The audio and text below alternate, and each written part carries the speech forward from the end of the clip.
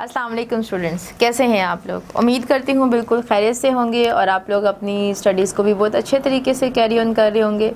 आज हम लोगों के पास टॉपिक है प्रेजेंट परफेक्ट कॉन्टिन्यूस टेंस। अब ये टेंस बाकी टेंसेस से थोड़ा सा हट कर है, इसमें परफेक्ट का वर्ड भी आता है, अब इसमें कॉन्टिन्यूस का वर्ड भी आता है।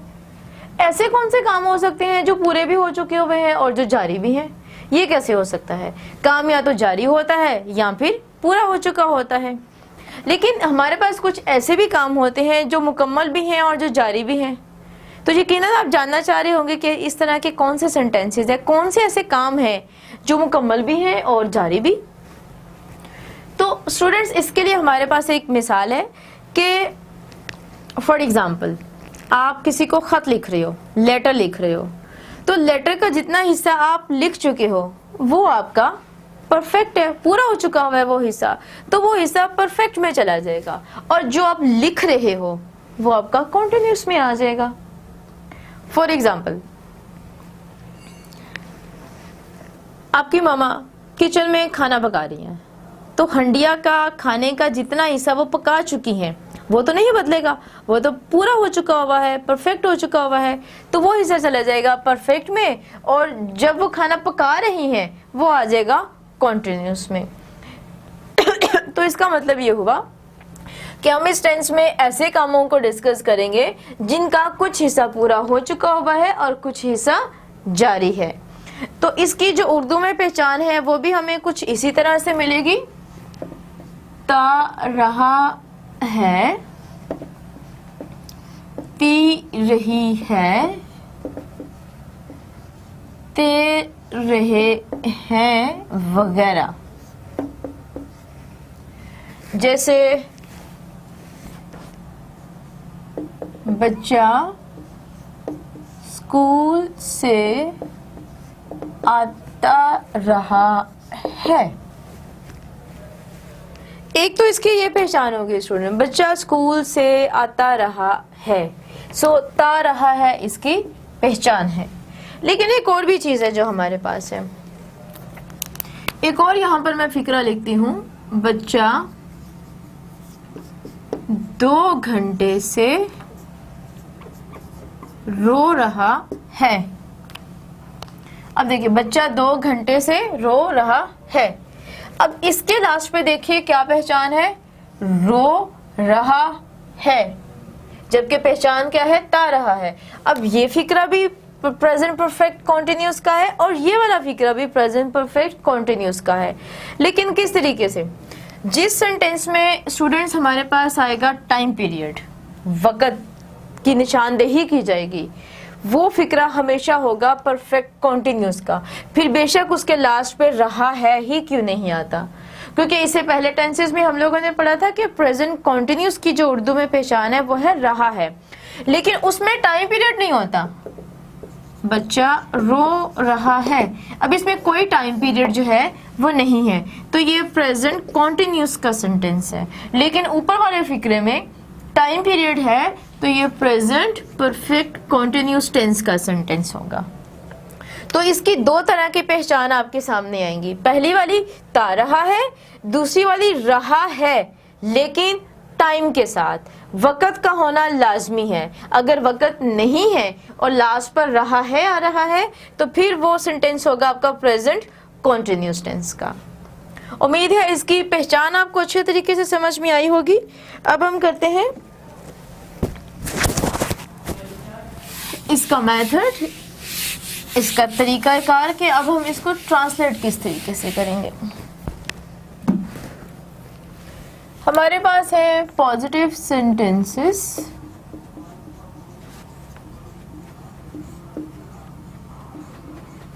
पॉजिटिव सेंटेंसेस में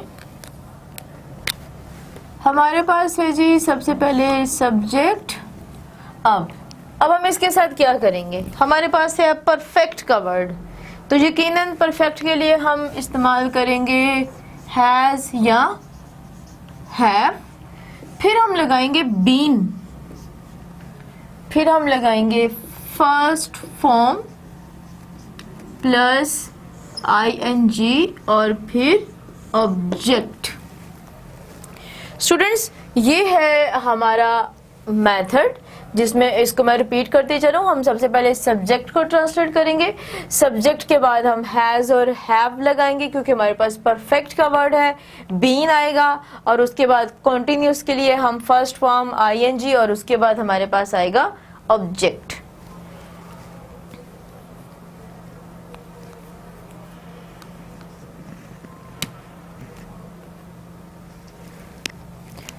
हम एक मिसाल लेते हैं, लड़की दवाई पीती रही है। लड़की दवाई पीती रही है। सबसे पहले हमारे पास सब्जेक्ट है गर्ल, सिंगल है तो आएगा हैज के साथ आएगा बीन। अब टेकिंग, टेक के साथ आएगा आईएनजी, टेकिंग मेडिसन। इसी सेंटेंस को हम लोग कन्वर्ट करते हैं negative sentences. So negative sentences में सबसे पहले है सब्जेक्ट, फिर हम इस्तेमाल करेंगे हैज और हैव, फिर है नॉट, फिर है हमारे पास बीन।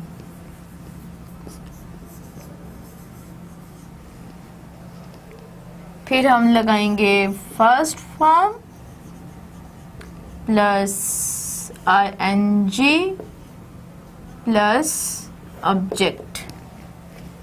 अब हम इसी सेंटेंस को नेगेटिव में कन्वर्ट कर लेते हैं। लड़की दवाई नहीं पीती रही है।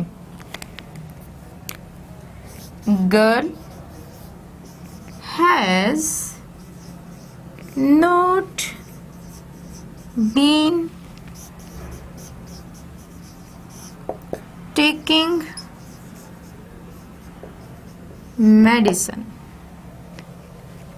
Girl has not been taking medicine.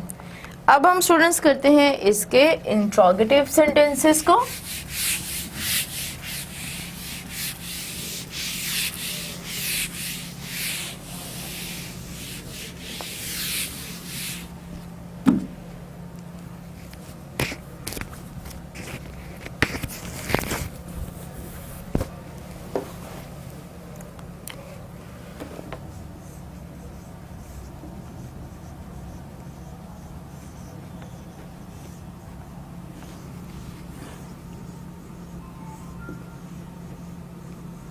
Interrogative sentences students, इसमें हैज़ या हैव जो हम इस्तेमाल करते हैं वो बिल्कुल आ जाएगा शुरू में। उसके बाद हम लगाएंगे सब्जेक्ट, सब्जेक्ट के बाद आएगा बीन, बीन के बाद आएगा फर्स्ट फॉर्म प्लस आईएनजी, और उसके बाद ऑब्जेक्ट, और उसके बाद सवालिया निशान। जी, क्या लड़की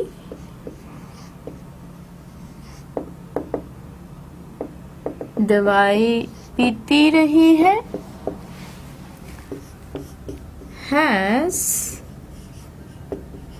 girl been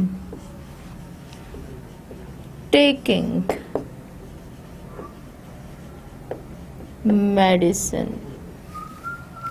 Has girl been taking medicine? अब हम देखते हैं इसके negative, interrogative sentences. Negative interrogative sentences में सबसे पहले हम देखेंगे इक्वेशन, हैज, हैव, फिर आएगा सब्जेक्ट, फिर आएगा नॉट, फिर आएगा बीन, फिर है हमारे पास फर्स्ट फॉर्म प्लस ING और फिर है ऑब्जेक्ट और इसके बाद सवालिया निशान। अब हम इसी सेंटेंस को लेते हैं, क्या लड़की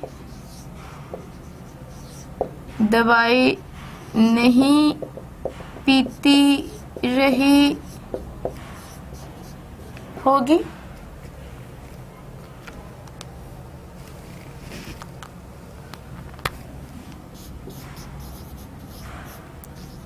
Has girl not been? Has girl not been taking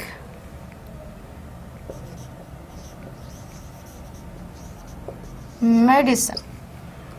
so students, ये है इसके इंट्रोगेटिव और नेगेटिव इंट्रोगेटिव तरीकाकार मेथड्स जिनके ज़रिए आप उर्दू से इंग्लिश में ट्रांसलेट करोगे।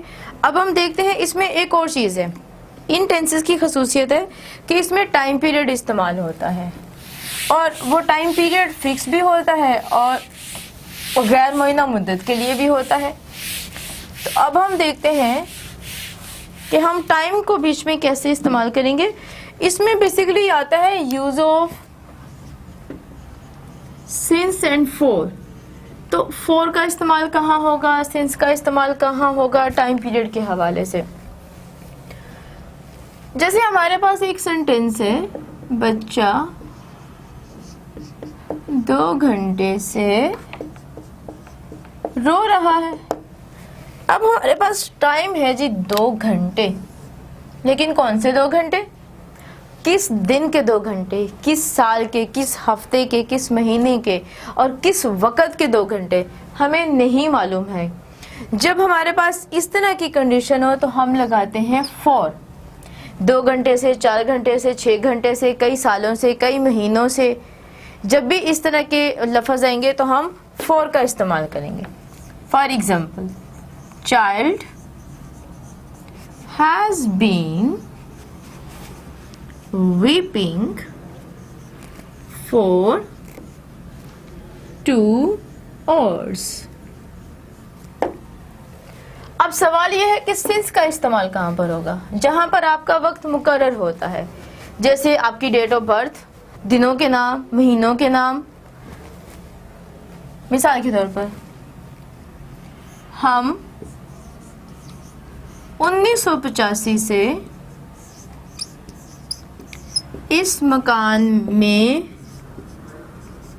रह रहे हैं। अब हमारे पास है 1985, डेट आ गई, ईयर आ गया। We have been living in this house. We have been living in this house since 1985। जब हमारे पास वक्त जो है वो फिक्स आएगा, उसकी क्लैरिफिकेशन होगी, तो हम सिंस का इस्तेमाल करेंगे। और जब हमारे पास टाइम पीरियड तो है लेकिन कंफ्यूज है, हमें नहीं मालूम कि उसका साल, दिन, महीने कौन से हैं, तो हम फॉर का इस्तेमाल करेंगे। सो स्टूडेंट्स, ये था सिंस और फॉर का इस्तेमाल। उम्मीद है कि आपको ये अच्छे तरीके से समझ में आया होगा। इसकी अच्छे तरीके से ट्रांसलेशन कीजिए, समझ कर कीजिए। जहाँ जो भी आपको प्रॉब्लम है वो आप हम लोगों से डिस्कस कीजिए। आज के लिए इतना ही, बहुत शुक्रिया।